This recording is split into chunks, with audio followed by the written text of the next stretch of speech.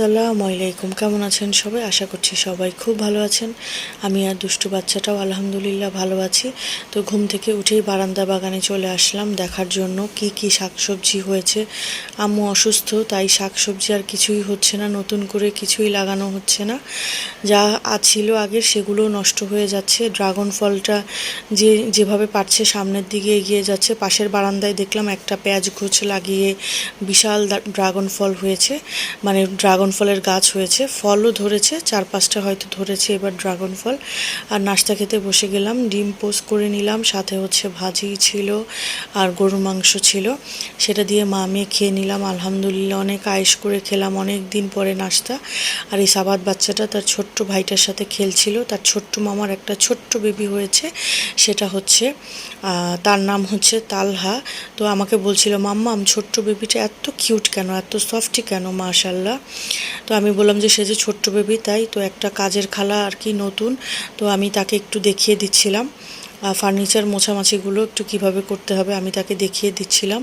এরপরে হচ্ছে দুপুরে আম্মুরা তো একটা ফল খায়, আমি হচ্ছে বাসায় থাকলে তো তেমন একটা খাওয়া হয় না দুপুরে অন্য কিছু, কিন্তু আম্মুর এখানে খাওয়া হয়। তো আমি যদিও খাইনি ফল, ড্রাগন ফল কেটেছিল, আমরা ছিল, আমরাগুলো টক দেখে আর আমি খাইনি। তো যাই হোক, দুপুরবেলায় খেতে বসে গেলাম। আজকে হচ্ছে ডাঁটা শাক ভাজা ছিল, সাথে হচ্ছে রুই মাছ ভাজা বা ভুনা যেটাই হোক করেছিল, ছোটো ভাইয়ের বউ করেছিল। সে ভালোই রান্না শিখে গেছে, আম্মুর থেকে ট্রেনিংটা সে ভালোই নিয়েছিল, সে রান্নাও করতে পারে খুব ভালো। তারপরে হচ্ছে এটা ছিল রুই মাছের ছোটো টুকরা দিয়ে হচ্ছে কাঁকরোলের পাতলা ঝোল করেছিল, আর সাথে ছিল গরুর বট, পেঁয়াজ নিয়ে নিলাম, সেই খাওয়া দাওয়া করলাম আলহামদুলিল্লাহ দুপুরবেলায়। তো তারপরে দেখেন একটা ইন্টারেস্টিং বিষয়, মানে হচ্ছে বটটা নিলাম আর হচ্ছে এলাচটা আমার পাতে পেলাম, মানে কারো পাতে পড়ুক বা না পড়ুক আমার পাতে এলাচ আসবেই, মানে হচ্ছে বিরিয়ানির মধ্যে ওই যে হয় না একটা কথা। তারপরে হচ্ছে এরপরে এটা খাওয়ার পরে ভাবলাম যে একটু ডাল দিয়ে খেয়ে নেই, সেটা বেশি ভালো লাগবে। তারপরে হচ্ছে একটু ডাল বেশি করে নিয়ে তারপরে খেলাম আলহামদুলিল্লাহ। এরপরে খাওয়ার পরে মাথাটা কেমন যেন করছিল। আম্মুর বাসায় আসলে আমার 3 কাপ চা খাওয়া হয়, সকালে বিকালে। দুপুরের পরে খাই হচ্ছে রং চা, আর সকালে আর সন্ধ্যায় খাই হচ্ছে দুধ চা। তো একটু বানালাম, বানিয়ে ভাবলাম যে মাথাটা যেহেতু ব্যথা করছে একটু রং চা খাই, একটু বারান্দায় যেয়ে রিল্যাক্স করব, তাই চাটা একটু বানিয়ে নিয়ে যাচ্ছিলাম। এরপরে বারান্দায় গেলাম, আজকেও দেখলাম যে কুয়াশাচ্ছন্ন হয়ে আছে, মানে কেমন যেন অন্ধকার অন্ধকার হয়ে আছে। আমি কুয়াশাচ্ছন্ন বলতেছি কারণ মেঘাচ্ছন্ন হবে, কারণ হচ্ছে কেমন যেন মনে হয় যে কুয়াশা পড়বে একটু পরে এরকম। তো চা নিয়ে কিছুক্ষণ বারান্দায় থাকার পরে এই দুষ্টু সাভারটা ডাকাডাকি শুরু করলো যে মাম্মাম একটু আসো, একটু আসো, আমার সাথে একটু কিছুক্ষণ থাকো।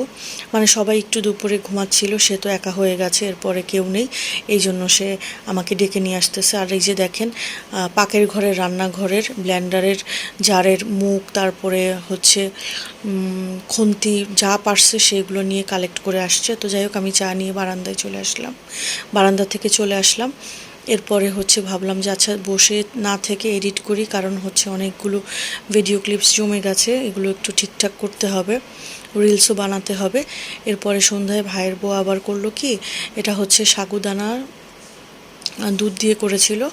এরপরে দুষ্টু সাভারটা হঠাৎ করে বলল আমাকে 8টার দিকে যে মাম্মাম আমি একটু ফ্রেঞ্চ ফ্রাই খাবো। তা আমি বললাম যে এই টাইমে কেউ ফ্রেঞ্চ ফ্রাই খায়, কিন্তু সে বলেছে কি আর করব, কষ্ট হলেও কেটে কুটে আমি ঠিকঠাক করে তারপরে হচ্ছে গিয়ে চুলায় চড়িয়ে দিলাম। আর সে এই যে সাগুদানা তাকে খেতে দিয়েছিলাম, সাগুদানার পায়েস, সে সেটা খায়নি।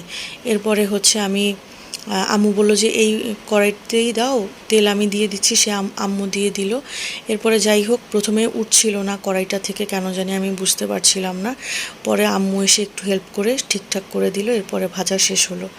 তো তারপর হচ্ছে রাতে খেতে বসে গেলাম, রাতে হচ্ছে ডিম ভাজা করেছিল, একদম এটা আমার ছোট ভাই করেছিল ডিম ভাজা। তারপরে হচ্ছে পেঁপের নিরামিষ, এটাও খুব মজা হয়েছিল। সাথে ছিল হচ্ছে শিং মাছ চচ্চড়ি করেছিল ছোট ভাইয়ের বউ, এটা হচ্ছে খুব মজা হয়েছে। আমি হচ্ছে তার সাথে খাওয়ার সময় দেখা হয়নি, তাহলে তাকে বলে দিতাম যে খুব মজা হয়েছে। তো আজকের ভিডিও পর্যন্ত, আল্লাহ হাফেজ।